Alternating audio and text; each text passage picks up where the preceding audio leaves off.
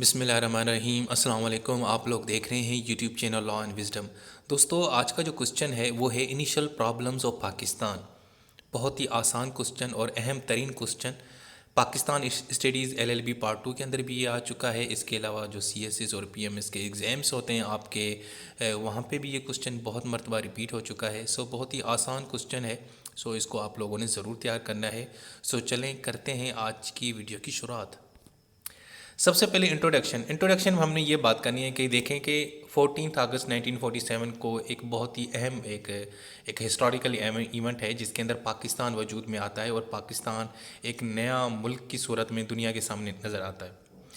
सो जब हमें आज़ादी मिली तो ये कोई इतना आसान काम नहीं था। ज़ाहिर बात है, पहले आप क्या होते थे कि पहले आप यूनाइटेड इंडिया के साथ जुड़े हुए थे, सब कॉन्टिनेंट का हिस्सा थे। अब आप में यानी एक मुल्क के दो हिस्से कर दिए गए। जब दो हिस्से हो जाते हैं तो फिर ज़ाहिर बात है प्रॉब्लम्स तो फिर क्रिएट होती हैं। देखें, अगर एक ही घर में रहते हैं और आपके घर के दो हिस्सों को डिवाइड किया जाता है तो बहुत सारी चीज़ें आपस में डिस्ट्रीब्यूट की जाती हैं, शेयरिंग की जाती है। ठीक है, सो उससे होता क्या है कि बहुत सारे प्रॉब्लम्स यानी कि क्रिएट होते हैं, बहुत सारी मुश्किलातें पेश आती हैं। सो इसी तरीके से जब पाकिस्तान बना था तो बहुत सारे प्रॉब्लम्स हमें फेस करने पड़े। नई हुकूमत, नया मुल्क, अवाम, किस तरह मुल्क चलेगा, क्या होगा, कैसे होगा, किस तरह कानून बनाया जाएगा। सो बहुत सारी प्रॉब्लम्स थे। और इसके अलावा क्योंकि हम कमज़ोर थे पॉपुलेशन के हवाले से और वैसे भी, सो और ऊपर से जो हमारा बंटवारा हुआ था उसमें जो दूसरी पार्टीज़ थी, जिस तरह ब्रिटिश राज था या जिस तरह से कांग्रेस थी, जो इंडियन एक जमात थी, वो हमारी अगेंस्ट थी। और मुस्लिम लीग ने ये तनहा सारी की सारी जो लड़ाई लड़ी और ये मुकाबला किया और एक मुल्क हासिल किया सेपरेशन के ज़रिए। सो ज़ाहिर बात प्रॉब्लम्स तो बहुत थे और हम अकेले भी थे, हमारा कोई था भी नहीं। सो हमने ये सारी चीज़ें देखनी थी। सो दोस्तों, इस वजह से ना हमें बहुत सारे प्रॉब्लम्स फेस करने पड़े। सो आज हम उन सब प्रॉब्लम्स को वन बाय वन डिस्कस करते हैं। सबसे पहले जो हमें प्रॉब्लम फेस आया वो ये था कि देखें, पहले हम होता ये था कि पूरे सब कॉन्टिनेंट के ऊपर किसकी हुकूमत थी दोस्तों? ब्रिटिश गवर्नमेंट की, ब्रिटिश राज की। तो उसने क्या किया, जब हम पाकिस्तान और इंडिया को डिवाइड किया तो ज़ाहिर साथ है बहुत सारी चीज़ें जो है ना, एसेट्स थे, बहुत सारे मामला थे, वो भी डिवाइड करने थे। जिस तरह देखें ना, जब घर में आप हो रहते हैं तो आपने अगर दो भाइयों के अंदर कुछ चीज़ें डिवाइड करनी होती है माँ बाप ने, तो फिर क्या कर देते हैं कि चीज़ें बराबर के अंदर तकसीम कर देते हैं, हम डिस्ट्रीब्यूट कर देते हैं। बिल्कुल इसी तरीके से कुछ चीज़ें डिस्ट्रीब्यूट करनी होती थी उस ज़माने में। तो पाकिस्तान के हिस्से में आए 75 करोड़, कि पाकिस्तान को 75 करोड़ मिलने थे, लेकिन मिला आप पाकिस्तान को कितना? 20 करोड़ मिला। क्योंकि जो इंडियन गवर्नमेंट थी वो खा गई, उसने बहाने किए, ये किया वो किया और बड़े बहाने सुनाए ये वगैरह।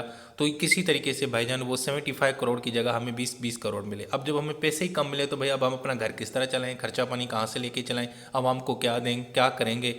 सही है, एक मुल्क के लिए भाई पैसे हो ना, अगर पैसा नहीं होगा तो फिर मुल्क कैसे चलेगा? ठीक है, सो ये एक पहली प्रॉब्लम आ गई थी। इसके अलावा जो मिलिट्री इक्विपमेंट है, क्योंकि उस वक्त सब कॉन्टिनेंट के अंदर पाकिस्तान इंडिया एक ही मुल्क था, तो दोनों की यानी एक ही फौज थी। तो ब्रिटिश राज ने क्या किया कि जो वेपन्स थे, इक्विपमेंट थे मिलिट्री, वो डिवाइड कर दिए बराबर। अब उसमें भी कहा जाता है कि बहुत सारे हमारे हिस्से में जो आए ना, वो गए गुजरे थे, किसी काम के नहीं थे।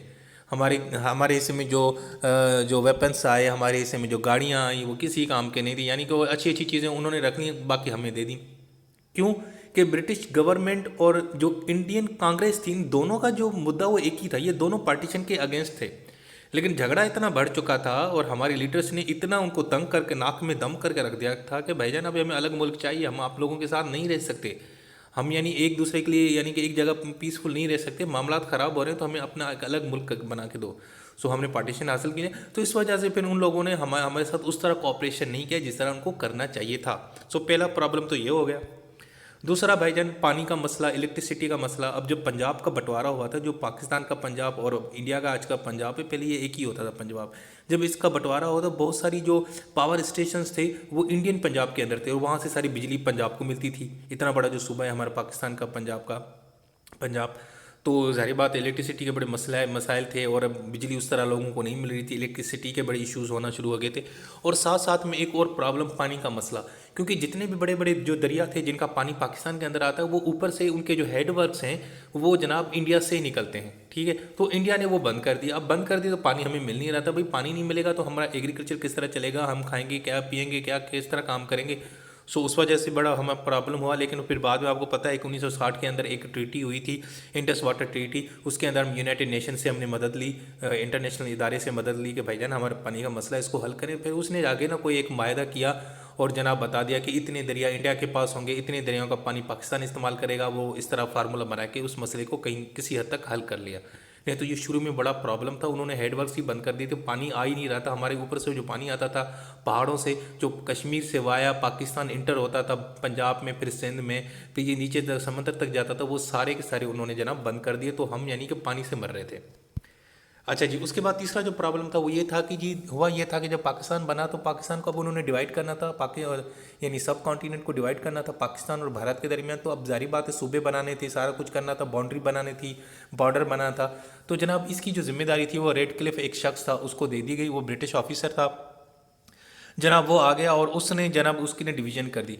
अब उसमें कहा जाता है, बहुत सारी बुक्स में लिखा गया है कि जो रेड क्लिफ साहब थे वो जो है ना उस तरह काम नहीं कर सके, यानी उन्होंने जो डिवीजन की उसके अंदर उन्होंने डंडी मारी, उन्होंने इंसाफ से काम नहीं किया। यानी कि वो मुस्लिम मेजॉरिटी इलाके जो पाकिस्तान के हिस्से यानी कि हिस्से में आ सकते थे, जहाँ पे मुसलमान ज़्यादा मेजॉरिटी में थे, उनको पाकिस्तान का ही बनना था, लेकिन उन्होंने नहीं बनाया। ठीक है, जिस तरह फिरोजपुर है, गुरासपुर है, कश्मीर के कुछ हिस्से हैं, जलंधर है, इस तरह फिरोजपुर तो इतना यानी देखें अभी भी अगर आप पाकिस्तान में कभी आएँ, लाहौर में आए, हमारे लाहौर में बीच में एक फिरोजपुर रोड बहुत मशहूर है। तो वो भाई साहब जो इंडिया तक निकलता है, इंडिया की जो फिरोजपुर रोड है वहाँ से उस यहाँ से कनेक्ट होता है।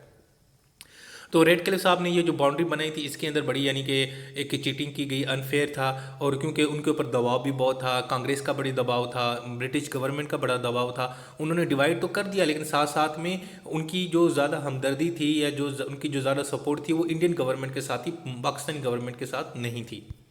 इसके अलावा जनाब बाउंड्रीज़ का बड़ा इशू साथ आपको पता है, जब पाकिस्तान वजूद में आया था तो अफगानिस्तान जो साथ में हमारा देश है उसने हमें कबूल नहीं किया था। तो हमें तो बड़ा डर था भाई, एक तरफ से अफगानिस्तान है, एक तरफ से इंडिया है, हम कमज़ोर हैं, ना पैसा है, ना कुछ है, ना वेपन्स है, ना कुछ। हमें तो डर इतना था कि भाईजान ये हमारे ऊपर कब्जा कर लेंगे, हमला कर लेंगे। इवन कि एक बड़ी मशहूर बात है माउंट बेटन की, वो एक दफ़ा कह रहे थे कि भाई यार ये टूटा फूटा गरीब मुल्क है, ये कल परसों वैसे ही ना आपके यानी कि कंट्रोल में आ जाएगा, वो इंडियन गवर्नमेंट के को इसने कहाँ यानी कि ज़िंदा रहना है, ये बेचारे को इनको कुछ मिलेगा नहीं, ये खुद ब खुद आपके हिस्सा बन जाएंगे, वापस आ जाएंगे, तो इनको जीने दो, इनको करने दो। लेकिन ऐसा नहीं हुआ। फिर हमने मेहनत की, हमने अपने मुल्क को बनाया, बेहतर किया, और हमने अल्हम्दुलिल्लाह आज भी एक आज़ाद मुल्क है और अपनी एक हैसियत रखते हैं और न्यूक्लियर पावर है हमारे पास, सब कुछ है। लेकिन उस वक्त हमें भाई बाउंड्रीज़ के ऊपर बड़ा मसला था, दोनों तरफ से हमें बड़ा डर था कि भाई हमला हो गया तो हम तो गए। अच्छा जी, इसके अलावा दूसरा प्रॉब्लम, क्योंकि अब हुआ यूँ था कि जब आज़ादी यानी कि आज़ादी मिल गई, ऐलान हो गया कि पाकिस्तान और भारत इंडिया जो है ना दो मुल्क अलग अलग वजूद में आ चुके हैं। सो सब कॉन्टिनेंट के अंदर, भारत के अंदर जो मुसलमान रहते थे खुसूसन पंजाब के अंदर, उन्होंने जनाब जो है क्या किया, उन्होंने हिजरत की, उन्होंने माइग्रेशन की। उन्होंने कहा कि भाई हम तो पाकिस्तान में जाएंगे, क्योंकि वहाँ पे क्योंकि पाकिस्तान बना था मुस्लिम मेजॉरिटी कंट्री था, यानी मुसलमानों के यहाँ पे तहफ़्फ़ुज़ दिया जाएगा, आराम और मोहब्बत से रह सकते हैं, क्योंकि मुसलमान अपना एक अलग देश या मुल्क चाहते थे। खैर जी, हम आए, लेकिन उस माइग्रेशन के अंदर ना बड़े प्रॉब्लम्स हुए। कहते थे कि 65 लाख लोगों ने माइग्रेशन की थी, जिसमें से 52 लाख जो बंदे थे वो सिर्फ यानी कि पंजाब के अंदर उन्होंने माइग्रेशन की।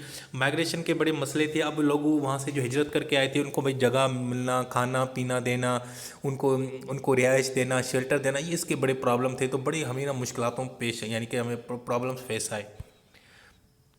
साथ साथ में एक और मसला भी हुआ था, जब इस तरह की जब माइग्रेशन हो रही थी, जो मुसलमान यहाँ यानी कि पंजाब में आ रहे थे इंडियन पंजाब से, तो उनको मारा जा रहा था, उनका कत्लेआम कर दिया जा रहा था, मस्कर कर दिया गया था। और खुसूसन जो है ना उस वक्त के जो कुछ हमारे सिख जो थे उनको जो है ना उनको यूज़ किया गया एक साजिश के तहत, और उन सिखों और मुसलमानों को आपस में लड़ाया गया एक किस्म का, और बड़ा एक खून खराबा हुआ था।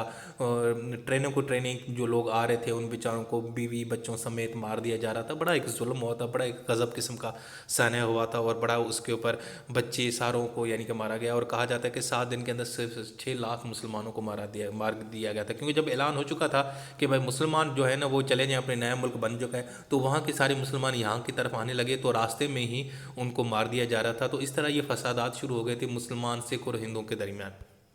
अच्छा जी, ये देखें तस्वीर, 6 लाख मर्डर्स हुए थे 7 दिन के अंदर, आप ये देख सकते हैं। ये तस्वीरें हैं उस वक्त की इंटरनेशनल न्यूज़पेपर्स और न्यूज़ साइट्स ने और न्यूज़ मीडिया चैनल्स ने ये उस वक्त की तस्वीरें ली थी।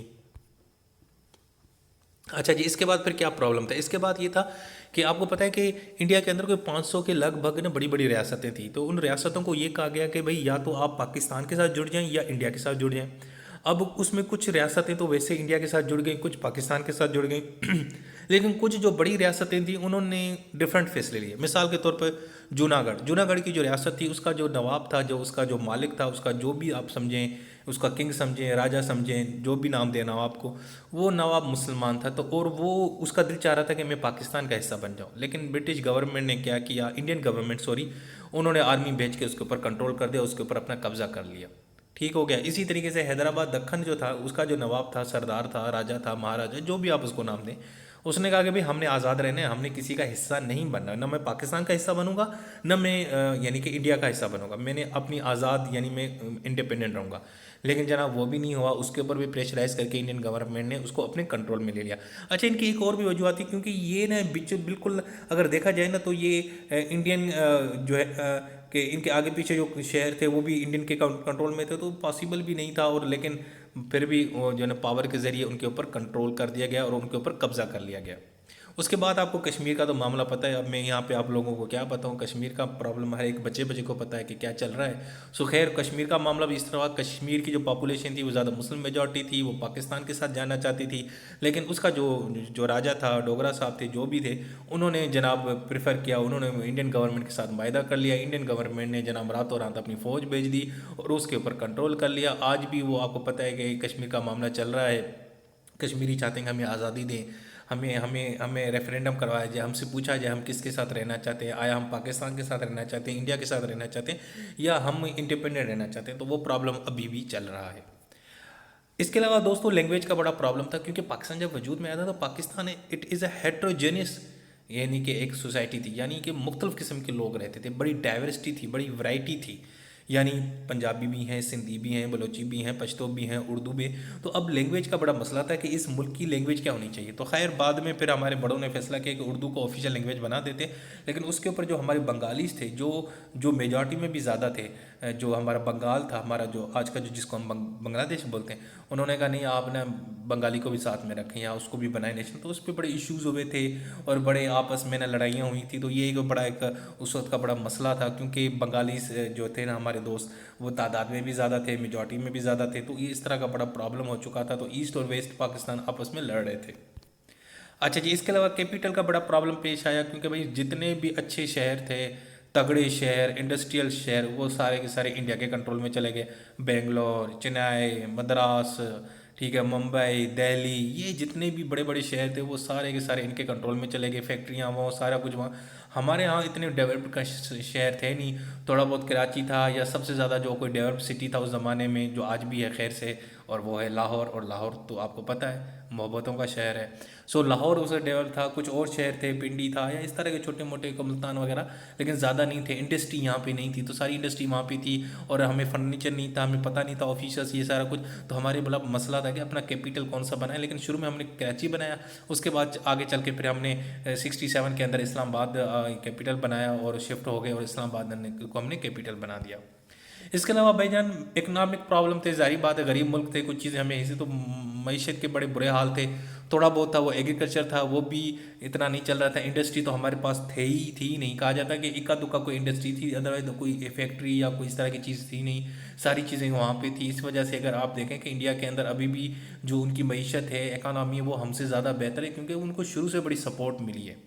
अच्छा जी, इसके अलावा जो एक और प्रॉब्लम था, आइनी प्रॉब्लम था। देखें कोई भी मुल्क है वो बगैर आइन के, बगैर कॉन्स्टिट्यूशन के नहीं चल सकता। एक कानून चाहिए, एक ज़ाब्ता चाहिए, एक दस्तूर चाहिए, जिसकी बुनियाद के ऊपर आपने मुल्क चलाना होता है। तो भाई कॉन्स्टिट्यूशन का बड़ा मसला था। इंडिया ने तो विद इन 1 या 1.5 साल के अंदर बना लिया। भाई हम देखते रहे, हमें 9 साल लगे। आपको पता है हमने पहला आइन कब दिया अपना? 1956 को। उसके बाद उसको ख़त्म कर दिया बेचारे को, फिर 62 में नया लेके आए, उसके बाद फिर जाके 73 में ले आए। खैर से अब अलहमदुलिल्लाह वो चल रहा है, यानी कि 20-25 साल के बाद फिर हमने कोई एक तगड़ा कॉन्स्टिट्यूशन बनाया और उसके ऊपर अभी भी हमारा मुल्क चल रहा है। इसके अलावा इन सारे प्रॉब्लम्स में जो सबसे बड़ा प्रॉब्लम था, हमारी जो लीडरशिप थी उनकी डेथ हो गई जल्दी। कायद आज़म 48 में अल्लाह को प्यारे हो गए, 51 में लियाकत अली खान साहब की असैसिनेशन हो जाती है, उनको शहीद कर दिया जाता है। जब ये चीज़ें हो गई ना तो अब हमारी जो लीडरशिप का बड़ा फुकदान था, अच्छे लीडर्स नहीं थे, जो बंदे थे वो अपॉर्चुनिस्ट थे, कुछ ब्यूरोक्रेट थे, कुछ को और थे, मतलब वो सियासी जहन नहीं था। उन लोगों ने अपने मफादात को ज़्यादा देखा, सब चाहते थे, यानी हर एक पावर की लस्ट थी।